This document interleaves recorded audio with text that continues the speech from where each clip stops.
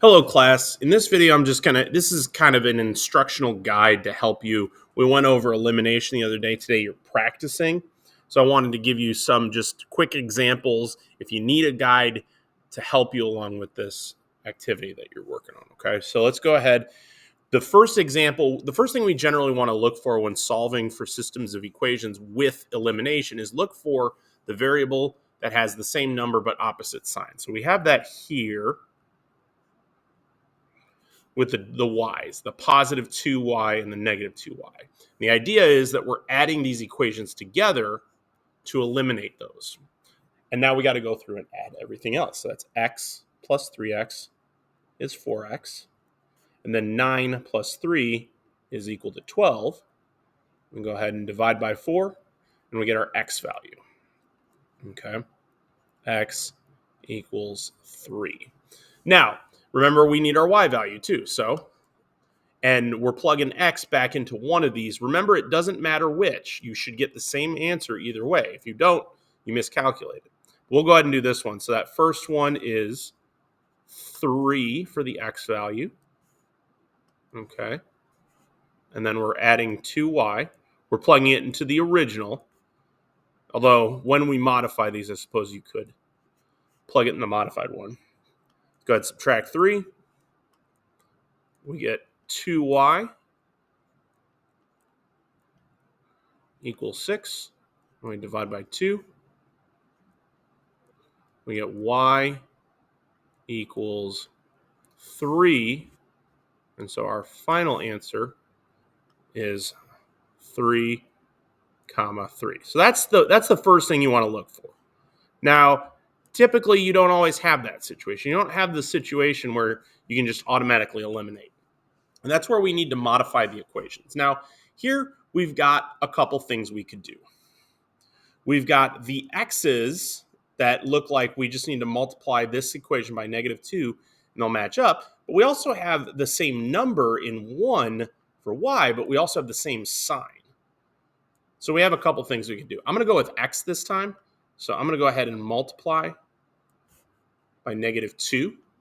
I want the number to be the same, but I want the opposite signs. So I get negative 2x minus 2y equals negative 2. And then for neatness purposes, let me go ahead and rewrite that first equation down here. Okay. And now I've got the situation that I want. Okay. That cancels. I get a negative 2 plus a y, that's negative y. And I get negative 2 plus 3 is just 1. So that means y will end up being negative 1. You can divide by negative 1 in these situations. Okay, so let's go ahead and plug it back in. I'll go ahead and plug it into the first one. We got 2. I'll go ahead and plug in my negative 1.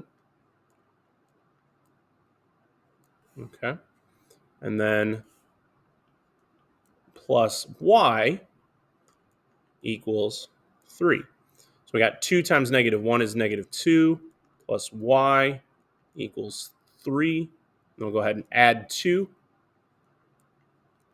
to both sides. And this time we don't have anything to divide, so it's just y equals 5. I accidentally plugged that into the x. Hold on a second. Let me fix that. You guys were probably yelling at your screens, and understandably so. So it's 2x, and then since it's plus a negative 1, I'll just say minus 1 equals 3. So go ahead and add 1 to both sides. We got 2x equals 4. And then we'll divide by 2. X equals 2. And our final answer is 2, negative 1.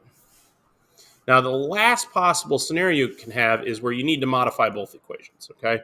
Now, this one, we could just multiply this top one by negative 4 and create the same values, but that would not be driving home the point that I want to drive home. Let's focus on the y's.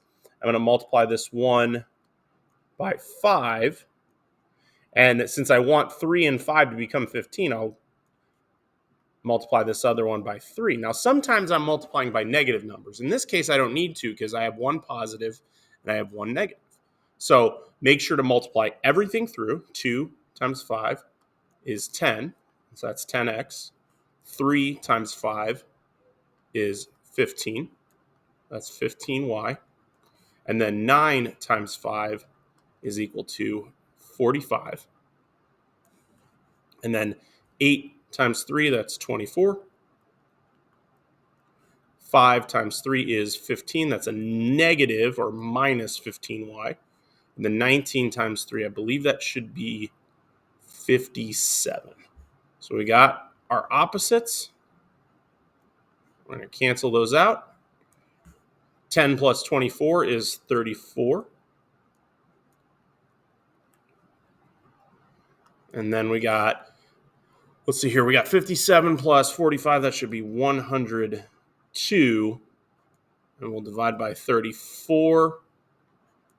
Divide by 34. I got x equals, I believe that should be 3. And then we will go ahead. Now, when we're plugging in again, we can choose any equation. We can choose either the original equations or we can choose the modified equations. I'll once again go ahead with the first. So that's 2 times my y value, or sorry, my x value of 3, and then plus 3y equals 9. Oop.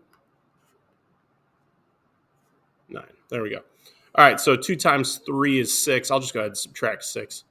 I'll do that in one fell swoop. So we get 3y equals 3. Divide by 3. I get y equals 1. And so my final answer is 3, 1. Okay, so keep these three scenarios in mind. Reference this video whenever you need to. Thanks for watching.